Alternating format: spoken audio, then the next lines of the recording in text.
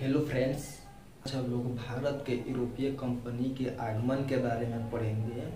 किसके बारे में पढ़ेंगे तो यूरोपीय कंपनी के आगमन के बारे में पढ़ेंगे। उससे पहले लोग यूरोपीय व्यापारियों के आने का क्रम के बारे में पढ़ लेते हैं, फिर उस कंपनियों के बारे में पढ़ेंगे।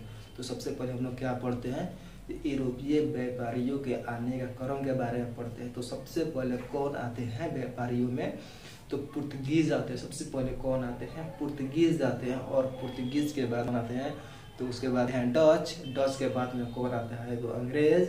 अंग्रेज के बाद में आता है डेनिश। और डेनिश के बाद में कौन आता है फ्रांस। और फ्रांस के बाद में कौन आता है स्वीडिश। स्वीडिश आते हैं। कौन कौन आते हैं, यूरोपीय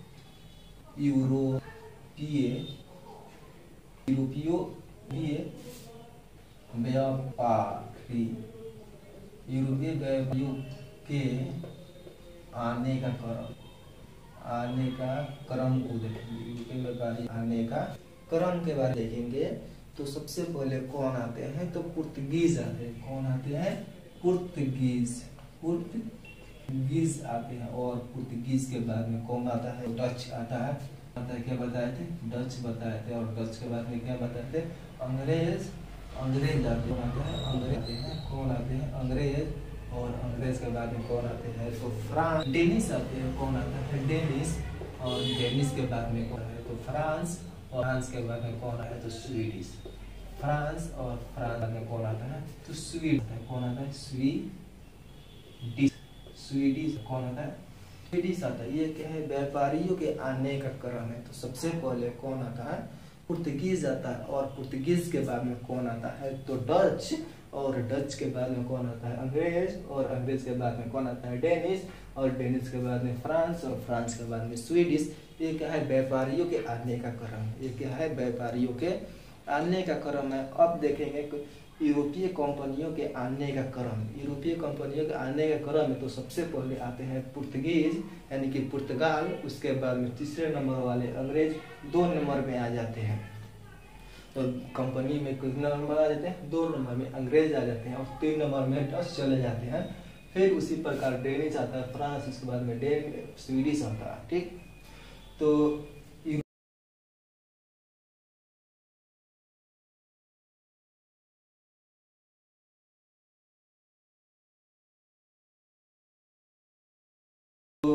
यूरोपीय कंपनियों की यूरोपीय कंपनियों के आने का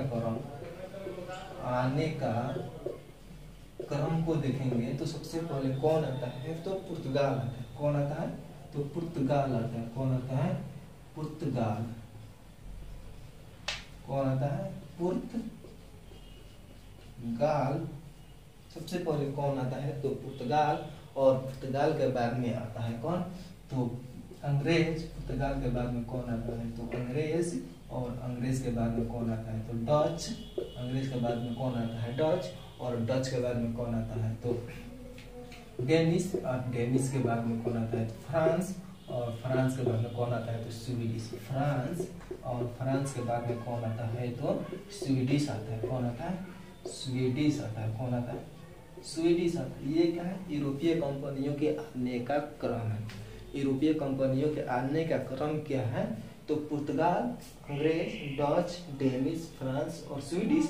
यूरोपीय व्यापारियों के आने का क्रम क्या है तो पुर्तगीज यानी कि पुर्तगाल, डच, अंग्रेज, डेनिश, फ्रांस, स्वीडिश। इसमें और इसमें यही फर्क है कि डच तीसरे नंबर में चला जाता है, अंग्रेज दूसरे नंबर में चला जाता है। कंपनियों के मामला में दूसरे नंबर में कौन आ जाते हैं, अंग्रेज। और तीसरे नंबर में कौन चला जाता है, डच। ठीक, जो है सेम टू सेम है। ठीक है, तो अब एक एक करके पढ़ेंगे। पहले पुर्तगाल के बारे में पढ़ते हैं। किसके बारे में पढ़ते हैं तो पुर्तगाल के बारे में पढ़ते हैं। किसके बारे में, पुर्तगाल के बारे में। पुर्तगाल के बारे में पढ़ते हैं। तो पुर्तगाल से सबसे पहले व्यक्ति आने वाला का नाम क्या था तो वास्को डी गामा नाम था। किसका क्या नाम था, वास्को डी गामा नाम था। पुर्तगाल से आने वाले प्रथम व्यक्ति का नाम क्या था तो वास्को डी गामा। प्रथम व्यक्ति का नाम क्या था तो वास्को डी गामा नाम था। क्या नाम था, वास्को डी गामा था। वास्को डी गामा था जो समुद्री मार्ग से भारत का खोज किया था। जो समुद्री मार्ग से भारत का खोज किया था, कौन किया था? तो वास्को डिगामा ने किए थे। क्या किए थे? समुद्री मार्ग से भारत का खोज किए थे। क्या किए थे? समुद्री मार्ग से भारत का खोज किए थे। क्या किए थे? समुद्री मार्ग से भारत की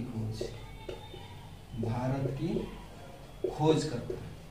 और कब करते हैं? तो 1498 ईस्वी में करते हैं। कब करते हैं? 1498 ईस्वी में खोज कर देते हैं। वास्को डिगामा जब भारत की खोज की तो सबसे पहले कहाँ पहुंचे थे? तो कालीकट में पहुंचे थे। कहाँ पहुंचे थे? कालीकट पहुंचे थे।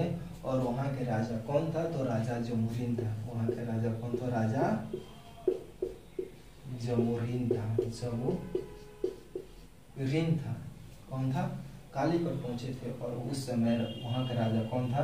तो राजा जमुरीन थे। वास्को डिगामा जब 1498 ईस्वी में समुद्री मार्ग से भारत का खोज करके चले जाते तो फिर पुनः आगमन होता है। कब पुनः आगमन होता है? 1502 ईस्वी में पुनः आगमन होता है। किनका? वास्को डिगामा का। वास्को डिगामा का पुनः आगमन कब होता है? तो 1502 ईस्वी में। 1502 में पुनः आगमन होता है। पुनः आगमन होता है। क्या होता है? पुनः आगमन होता है भारत में। किनका? वास्को डिगामा का। 1524 में तीसरी बार आते हैं भारत। तीसरी बार आते हैं तो इनका मृत्यु हो जाता है। क्या हो जाता है? मृत्यु हो जाता है। कहाँ? कोच्चि में।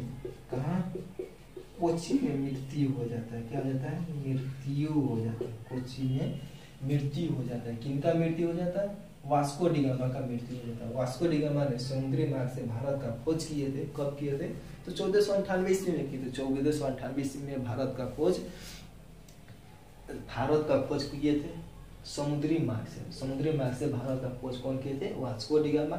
और जब भारत की खोज किए थे वो समुद्री मार्ग से, तो सबसे पहले कहाँ पहुंचे थे? तो कालीकट में पहुंचे थे।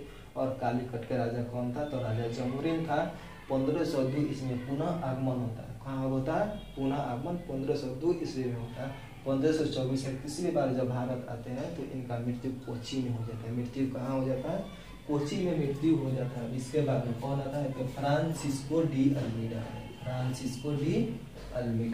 आता है? Francisco de Almeida. दूसरे नंबर में कौन आता है? Francisco de Almeida. Francisco de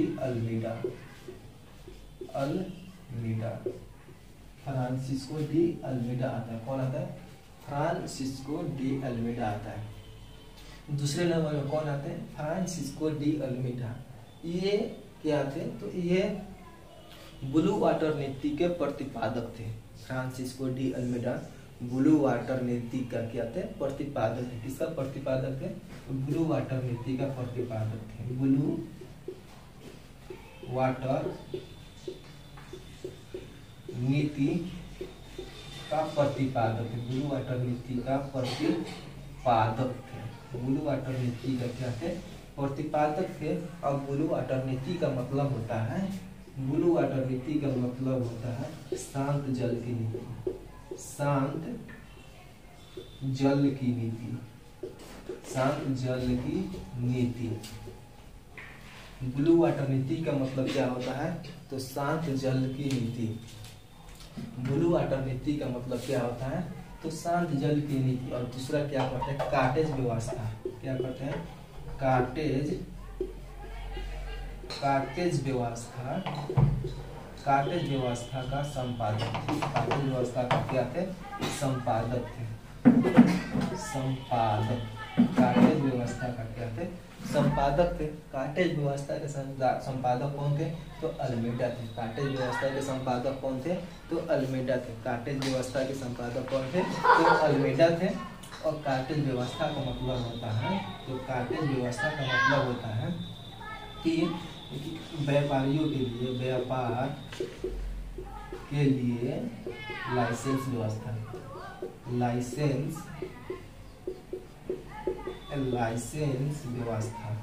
व्यापार के लिए लाइसेंस व्यवस्था होता है। ब्लू वाटर नीति का प्रतिपादक कौन थे? तो फ्रांसिस्को डी अल्मीडा का पूरा नाम फ्रांसिस्को डी अल्मीडा था। ब्लू वाटर नीति का प्रतिपादक कौन था? अल्मीडा।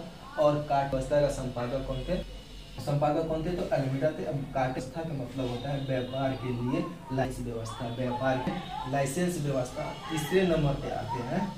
तीसरे नंबर में कौन आते हैं? तो तीसरे नंबर में अल्बुकर्क आते हैं। कौन आते हैं? अल्बुकर्क आते हैं। कौन आते हैं? अल्बुकर्क आते हैं। तीसरे नंबर में कौन आते हैं? अल्बुकर्क आते हैं। ये क्या थे? तो पुर्तगाली शक्ति का वास्तविक संस्थापक थे। पुर्तगाली शक्ति का वास्तविक संस्थापक कौन थे? तो पुर्तगाली शक्ति का वास्तविक संस्थापक अल्बुकर्क थे। पुर्तगाली शक्ति का वास्तविक संस्थापक कौन थे? तो अल्बुकर्क। पुर्तगाली शक्ति का वास्तविक संस्थापक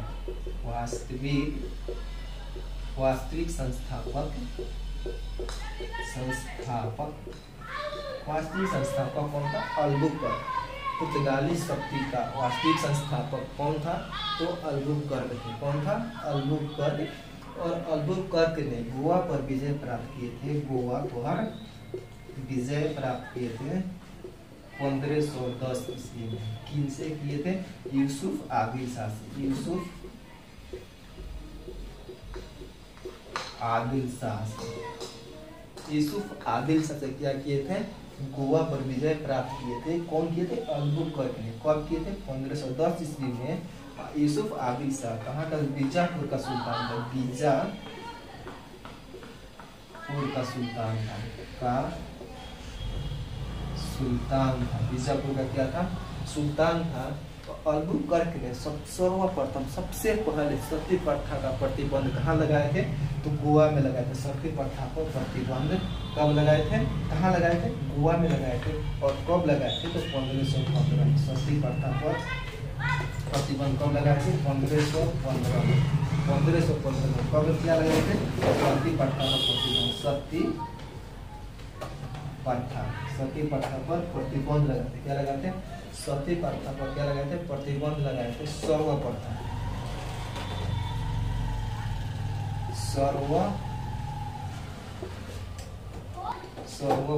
लगाए थे। सर्वप्रथम से पहले सती प्रथा पर प्रतिबंध कौन लगाया था? अल्बुकर्क थे। और कब लगाए थे? 1515 में लगाए थे। 1515 में लगाए थे। अब देखते चौथे नंबर में कौन आता है? तो चौथे नंबर में आते हैं नीनो डी कुन्हा आते। कौन आते हैं? Nuno da Cunha.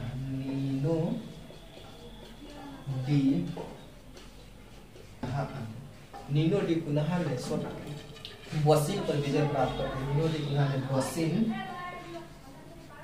पर विजय प्राप्त करते हैं 1534 ईस्वी। वसीन में विजय कब प्राप्त करते हैं? 1534 ईस्वी में। और दीव पर विजय कब प्राप्त करते हैं? तो दीव पर विजय 1535 ईस्वी में करते हैं। दीव पर विजय कब प्राप्त किए थे?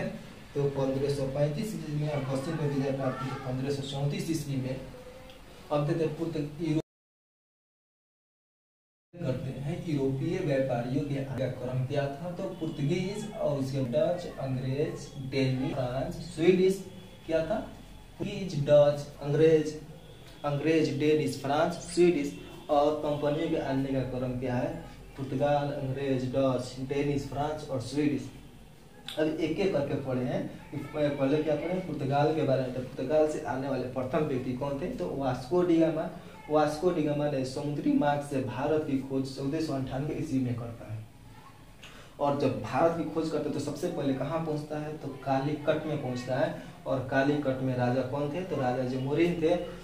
वास्को डी गामा का पुनः आगमन 1502 ईस्वी में होता है। फिर 1524 ईस्वी में जब वास्को डी गामा तीसरी बार भारत आते हैं तो उनका कोची में मृत्यु हो जाता है।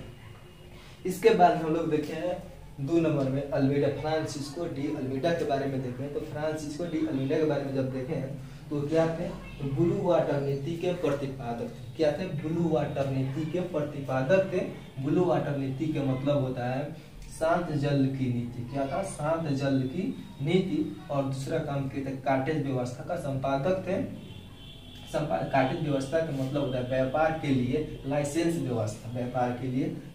व्यवस्था। तीसरे नंबर में देखें अल्बुकर्क एक ऐसा व्यक्ति था जो पुर्तगाली शक्ति का वास्तविक संस्थापक था। पुर्तगाली शक्ति का वास्तविक संस्थापक कौन है? तो अल्बुकर्क ने गोवा पर विजय प्राप्त किए थे। कब? 1510 ईस्वी में। किन से किए थे? यूसुफ आदिल शाह से किए थे। यूसुफ आदिल शाह से किए थे। यूसुफ आदिल शाह से किए थे। और यूसुफ आदिल शाह बीजापुर का सुल्तान था। अल्बुकर्क ने सर्वप्रथम सबसे पहले सती प्रथा पर प्रतिबंध कब लगाए थे? तो 1515 ईस्वी में गोवा पर लगाए थे। सती प्रथा पर प्रतिबंध कब लगाए थे? तो गोवा पर लगाए थे। और कब लगाए थे? तो 1515 में लगाए थे। इसके बाद में देखें नीनो डी कुन्हा बसीम को 1534 ईस्वी में विजय प्राप्त करते हैं और द्वीप को 1535 ईस्वी में विजय प्राप्त करते हैं। ठीक,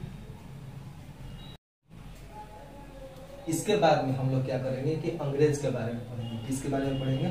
तो अंग्रेज के बारे में पढ़ेंगे। किसके बारे में? अंग्रेज के बारे में पढ़ेंगे। इसके बारे में पढ़ेंगे। किसके बारे में पढ़ेंगे? अब अंग्रेज के बारे में क्या करेंगे? अब पढ़ेंगे।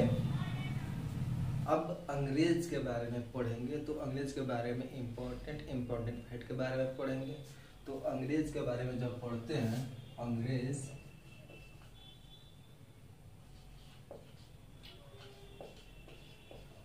के बारे में जब पढ़े तो अंग्रेज से आने वाले प्रथम व्यक्ति का नाम क्या था? प्रथम व्यक्ति का नाम थॉमस स्टीफेंस था। प्रथम व्यक्ति का नाम क्या था? तो थॉमस स्टीफेंस था। थॉमस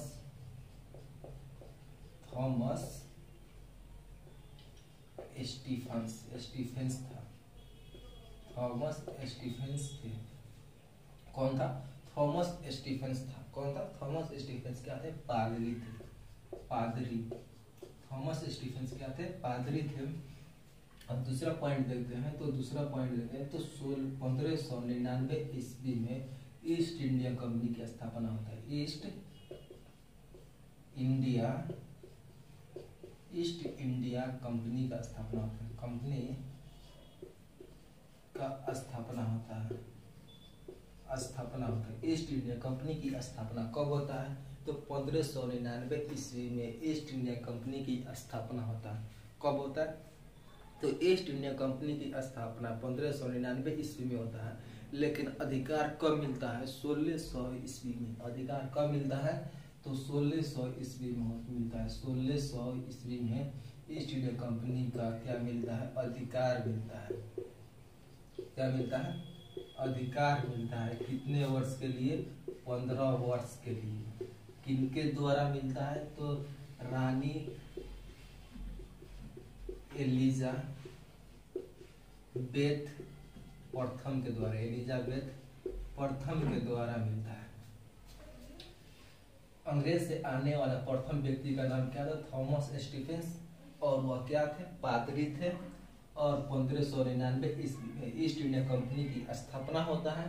1600 ईस्वी में ईस्ट इंडिया कंपनी की अधिकार मिलता है 15 वर्ष के लिए। ये अधिकार कौन देते हैं? तो रानी एलिजाबेथ देते हैं। रानी एलिजाबेथ प्रथम देते हैं। और अगला पॉइंट है रानी एलिजाबेथ प्रथम देते हैं। और अगला पॉइंट क्या है? तो 1609 ईस्वी में विलियम हॉकिंस आते हैं भारत। विलियम हॉकिंस आते हैं।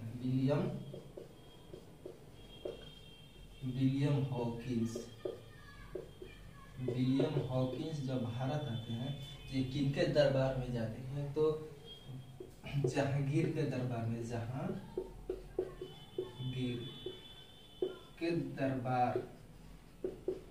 जहांगीर के दरबार में जाते हैं।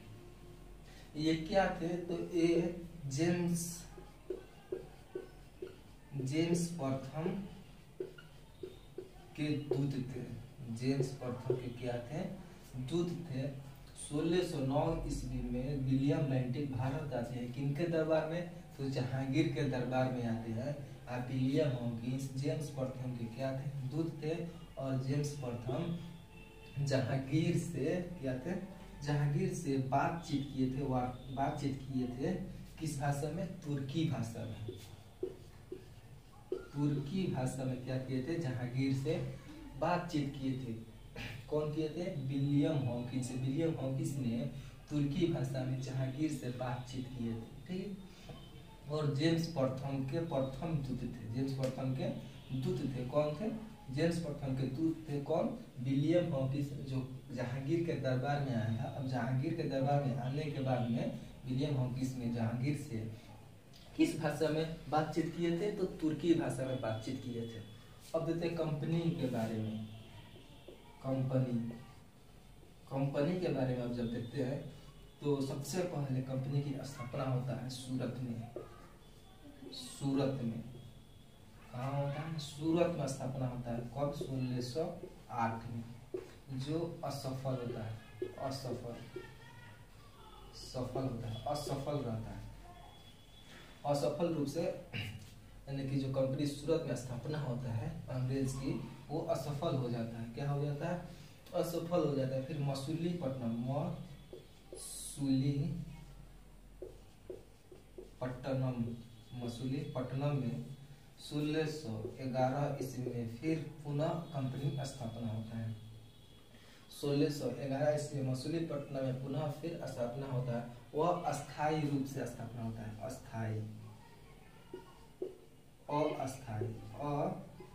अस्थायी रूप से स्थापना होता है।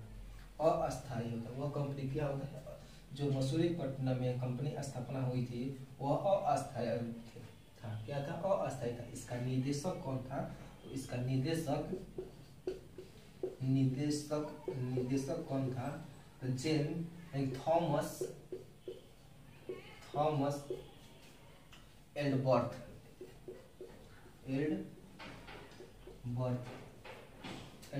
था। कौन था? थॉमस एल्डबर्ट था। जब मसूलीपट्टनम में 1611 में कंपनी स्थापना हुआ था तो वह अस्थायी रूप से स्थापना हुआ था। और उसका निर्देशक कौन था? तो थॉमस एल्डबर्ट थे। इसका निर्देशक कौन था? थॉमस एल्डबर्ट थे। फिर सूरत में फिर तीसरी बार कंपनी स्थापना, सूरत में फिर स्थापना होता है 1613 ईस्वी में। 1613 ईस्वी में यह अस्थायी रूप से स्थापना होता है। अस्थायी होता है। यह कंपनी अस्थायी होता है। सूरत में जो कंपनी 1608 ईस्वी में स्थापना हुआ था वो किया था, असफल हो गया। अब मसूलीपट्टनम में 1611 ईस्वी में जो कंपनी स्थापना हुआ वो अस्थायी हो गया। तो अस्थायी रूप से नहीं हो पाया। उसका निदेशक कौन था? थॉमस एल्डबर्ट था। और सूरत में फिर तीसरी बार जब 1613 ईस्वी में कंपनी स्थापना होता है तो पूर्ण रूप से अस्थायी रूप से स्थापना हो जाता है। क्या हो जाता है? अस्थायी रूप से स्थापना हो जाता है। फिर अगला पॉइंट आता है कि 1615 में टॉमस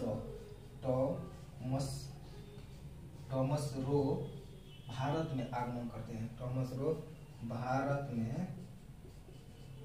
आगमन करते हैं।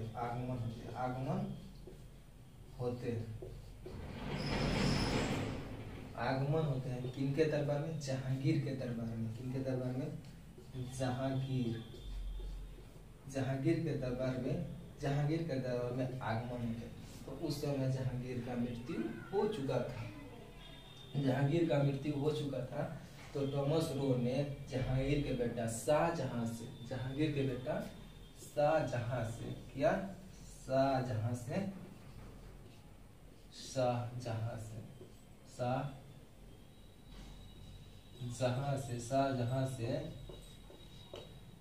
व्यापार का अधिकार लिया। व्यापारिक छूट लिया। तो व्यापारिक छूट अंग्रेज कंपनी की तरफ से व्यापारिक छूट कौन लेते हैं? तो टॉमस रो लेते हैं। किनसे लेते हैं? तो शाहजहां से लेते हैं। किनसे लेते हैं? शाहजहां से लेते हैं। व्यापारियों ने व्यापारिक छूट लेने के लिए जहांगीर के दरबार में तो गए, लेकिन उस समय जहांगीर का मृत्यु हो चुका था। तो उनके बेटा गद्दी पर बैठे हुए थे शाहजहां से ही व्यापारिक छूट लिया। कौन लिया? व्यापारिक छूट लिया। अब इसके बाद में देखते हैं डच ईस्ट इंडिया कंपनी। क्या? डच के बारे में। अब इसके बाद में क्या देखेंगे? तो डच के बारे में देखेंगे। इसके बाद में क्या देखेंगे? तो डच के बारे में देखेंगे जो अगले वीडियो में होगा कल।